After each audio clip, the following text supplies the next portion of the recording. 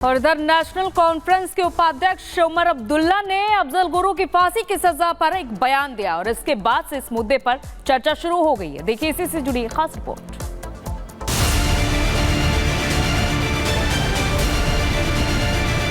साल था 2001, तारीख 13 दिसंबर की सुबह। संसद में शीतकालीन सत्र चल रहा था और महिला आरक्षण बिल पर हंगामा जारी था। तभी 5 आतंकियों ने हमला बोल दिया। सुरक्षा कर्मियों समेत 9 लोगों की मौत हो गई। 5 आतंकी भी शाम तक ढेर कर दिए गए। फिर आई 2013 की 9 फरवरी। संसद हमले की प्लानिंग करने वाले अफजल गुरु को फांसी पर लटका दिया गया। लेकिन अब 11 साल बाद उमर अब्दुल्ला को उसी आतंकी से हमदर्दी हो रही है। जम्मू कश्मीर में चुनाव आया तो नेशनल कॉन्फ्रेंस के उपाध्यक्ष ने अफजल की फांसी पर सवाल उठा दिए। See, my unfortunate thing was that the J&K government had nothing to do with Afzal Guru's execution. Otherwise, you would have had to do it with the permission of the state government, which I can tell you in no uncertain terms would not have been forthcoming. Why? It wouldn't have. We wouldn't have done it. I don't believe that any purpose was served by executing him. ANI को दिए हुए इस interview को सुनकर तो लग रहा है कि आतंकी अफजल गुरु को फांसी देने से उमर अब्दुल्ला को दिक्कत हो रही है। जैसे ही ये बयान सामने आया तो बीजेपी भड़क गई। आज उनको कह रहे हैं चुनाव जीतने के लिए कि फांसी देना गलत था, तो पहले आवाज खामोश थी क्या? क्या चाहते हैं उमर अब्दुल्ला? मात्र कुछ चुनाव जीतने के लिए देश को तोड़ने की बात करेंगे? उमर अब्दुल्ला जी घबराकर क्या कहते हैं, अफजल गुरु का मुद्दा छेड़ते हैं और सोचते हैं कि किसी तरह से उनको इसके चलते कुछ इमोशनल अपील वो करेंगे। लेकिन आप सोचिए उनकी ऐसी बुरी हालत है कि 2-2 जगह से वो अपनी किस्मत आजमा रहे हैं और बाकायदा सर से टोपी निकालकर भीख मांग रहे हैं अपनी इज्जत की। उमर अब्दुल्ला जी ऐसे नाम लेकर कश्मीर की जनता को गुमराह कर रहे हैं। कृपया आप आगे भी एमपी के इलेक्शन में हार चुके हैं, इस बार भी आपकी तबाही होनी तय है। नेशनल कॉन्फ्रेंस के उपाध्यक्ष उमर अब्दुल्ला की ओर से अफजल गुरु की फांसी पर दिए गए बयान से इस मुद्दे पर नई बहस शुरू हो चुकी है। इसमें सबसे पहले बीजेपी कूदी, दूसरी ओर नेशनल कॉन्फ्रेंस के साथ मिलकर चुनाव लड़ रही कांग्रेस के लिए जवाब देना मुश्किल हो गया है, क्योंकि अफजल को फांसी कांग्रेस के शासन में ही हुई थी। राष्ट्र विरोधी जो तत्व हैं जिन्होंने इस साजिश को रचा था, अगर उनको फांसी दी जाती है तो इन पर इनको इतराज क्यों है? राष्ट्र विरोध जो तत्व हैं इस प्रकार से इस पर टिप्पणी करना, ये माहौल बनाना चाहते हैं कश्मीर में और पूरा आतंकवादियों का समर्थन ले रहे हैं, तभी इस प्रकार की भाषा बोल रहे हैं। लगता है कि he is trying to justify और ग्लोरीफाई द टेररिज्म, बिकॉज किसी को हैंग करना जो कहीं ना कहीं निहत्तों लोगों का जिन्हें कत्ल किया होगा। पार्लियामेंट अटैक आपको याद होगा, पार्लियामेंट अटैक में कितने सारे बेगुनाह लोगों की जान गई। मुझे लगता है कि उसको हैंग करने से उन लोगों की फैमिली को और उन लोगों को इंसाफ मिला। तो क्या वो कहना चाहते हैं कि सुप्रीम कोर्ट ने गलत निर्णय लिया था, वही सुप्रीम कोर्ट जो संवैधानिक पीठ है, या वो कहना चाहते हैं कि यूपीए की सरकार ने गलत निर्णय लिया था? भारत की सेना घाटी से आतंकियों का सफाया करने में जुटी है, लेकिन कुछ लोगों का आतंक प्रेम वक्त वक्त पर सामने आ ही जाता है। इससे पहले उमर के पिता फारूक अब्दुल्ला भी पाकिस्तान से बातचीत की वकालत कर चुके हैं, लेकिन शाह ने आतंकिस्तान से हमदर्दी रखने वालों को करारा जवाब दिया है।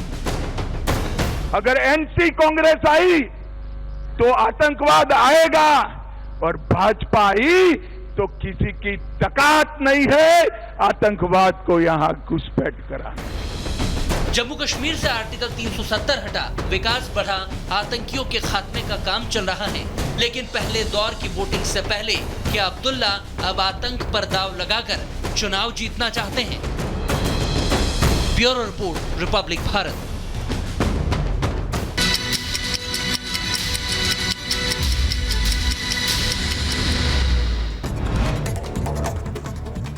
यूक्रेन के राष्ट्रपति ज़ेलेंस्की से मुलाकात के बाद इटली के पीएम मेलोनी का बयान आया। सामने कहा कि रूस यूक्रेन संघर्ष को सुलझाने में भारत अहम भूमिका निभा सकता है। रूस राष्ट्रपति पुतिन ने भी भारत की मध्यस्थता को लेकर दिया था बयान। कहा कि भारत संघर्ष सुलझाने सहायता कर सकता है। असम की सीएम हेमंता बिस्वा शर्मा का बड़ा फैसला, आधार कार्ड के लिए देना होगा एनआरसी नंबर। असम में घुसपैठियों की संख्या में हो रही है बढ़ोतरी। असम सरकार ने घुसपैठियों को रोकने के लिए शुरू किया एक्शन। यूपी के लखनऊ में इमारत गिरने से बड़ा हादसा हो गया, जहां 6 लोगों की मौत। मलबे में फंसे लोगों को निकालने के लिए राहत बचाव काम जारी। सीएम योगी ने अधिकारियों को निर्देश दिए।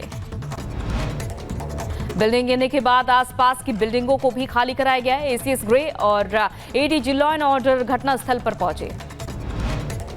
शिमला के संजौली में अवैध मस्जिद मामले में टली सुनवाई। अब 5 अक्टूबर को निगम कोर्ट मामले में सुनवाई करेगा।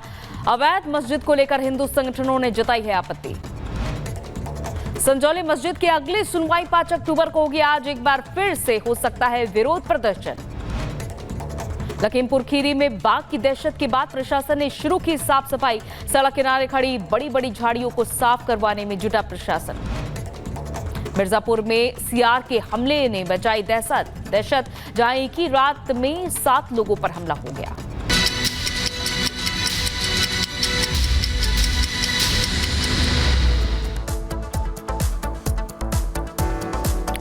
और अगर किसी पुलिस थाने में पुलिसकर्मी ही आरोपी से पिटता नजर आए तो उसे क्या कहेंगे? दरअसल राजधानी रांची में एक थाने का एक वीडियो वायरल हो रहा है। जरा वो वीडियो हम आपको 1 मिनट की रिपोर्ट में दिखाते हैं।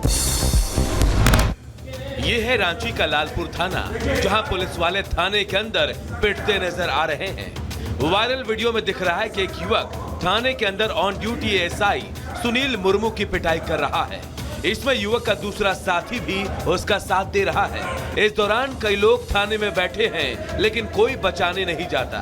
थोड़ी देर के बाद दूसरा पुलिसकर्मी पिटाई खा रहे अपने सहयोगी को बचाने जाता है तो पिटाई कर रहा युवक उससे भी धक्का मुक्की और मारपीट करने लगता है। इसके बाद जब बाकी पुलिस वाले पहुंचते हैं तब जाकर दोनों युवकों को काबू में किया जाता है। इसके बाद वो पुलिस वालों को वर्दी उतरवाने की धमकी देते हैं। बताया जा रहा था कि दोनों युवक राजनीतिक दल का झंडा लगाए किसी गाड़ी में घूम रहे थे, लेकिन वो भी फर्जी निकला। हालांकि इस बात की जानकारी मिल रही है कि आरोपी रवि रंजन लकड़ा और विनोद लकड़ा, जिन्हें गिरफ्तार किया गया है, वो एक पूर्व जेलर का बेटा बताया जा रहा है। Bureau report, Republic Bharat.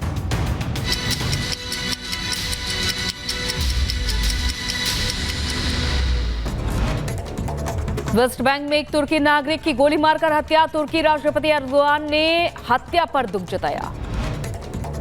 Super तूफान यागी ने वियतनाम में मचाई तबाही। चीन के बाद वियतनाम पहुंचा यागी तूफान।